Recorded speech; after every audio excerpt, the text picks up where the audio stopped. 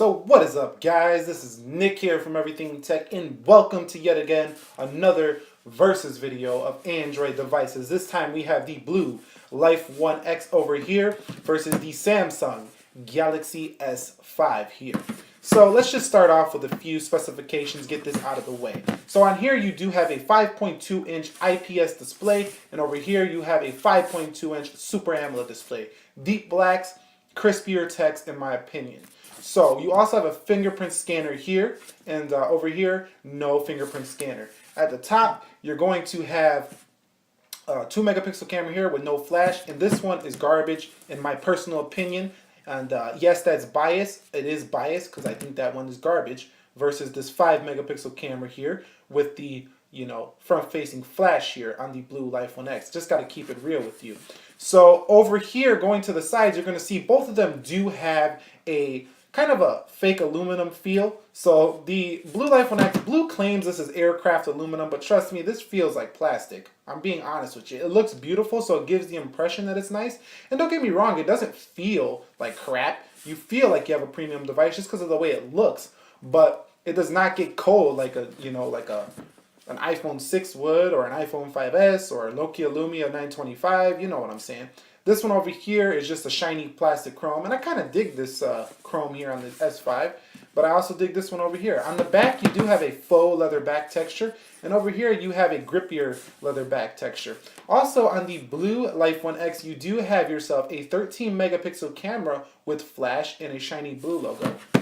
Over here, you have your 16-megapixel camera here with flash and heart rate monitor. A lot of people didn't like this camera bump because it stuck out quite a bit here on the S5. So if you drop your phone on the table, bam, you're just going to mess your shit up real quick. And you see right here the AT&T logo. Well, if you get it branded from a carrier, that's kind of ugly in my opinion. Now the speakers on the back, this one is just horrible next to this speaker on the S5, and this is not a great speaker, but this one is just not really good. So let's boot these babies up at the same time in 3, 2, 1.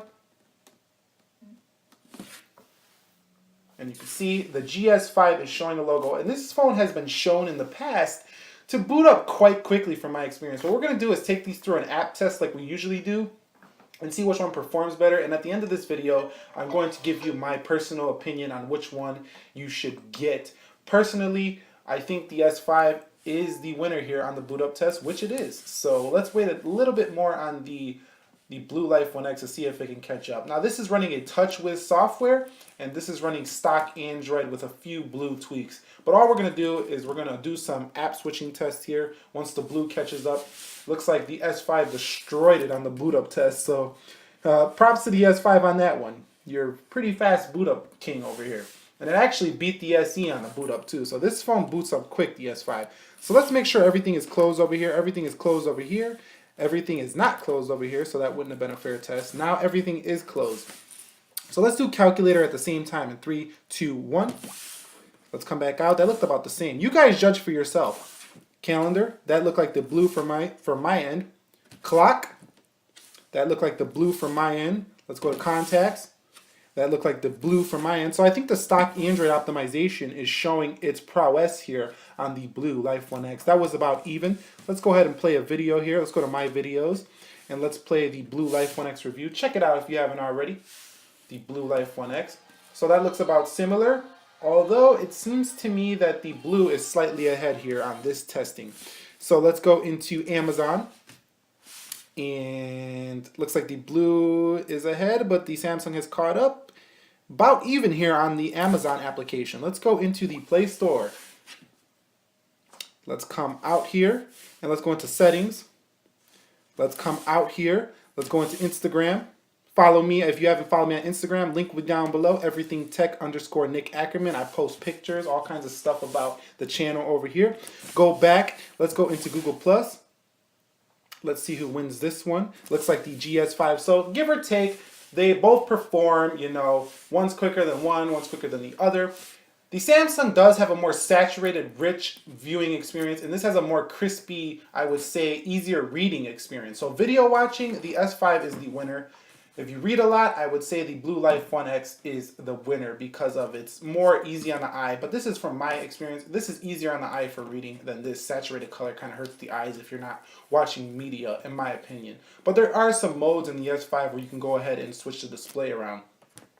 Overall, this has a 64-bit octa-core CPU with 2 gigs of RAM. This has a 32-bit quad-core 801 Snapdragon CPU with 2 gigs of RAM. And overall, the performance on both of these is very similar, although I would say from day-to-day consistency, from my experience, the S5 is a more stable device. It just is more refined. It is Samsung. They have been making phones for the longest, so the BLU is starting to catch up though. They're changing the game with these phones. I mean, you really don't need a Samsung device. And don't get me wrong, you don't need to go pick out this Samsung GS5 over this BLU to have a great experience. You can do all the same tasks on here that you can do on here, except for things that are very, Samsung, like the heart rate monitor, and that's probably about it. And some of the touch whizzy things like pulling the screen over here, or all these features that nobody really ever uses on the GS5.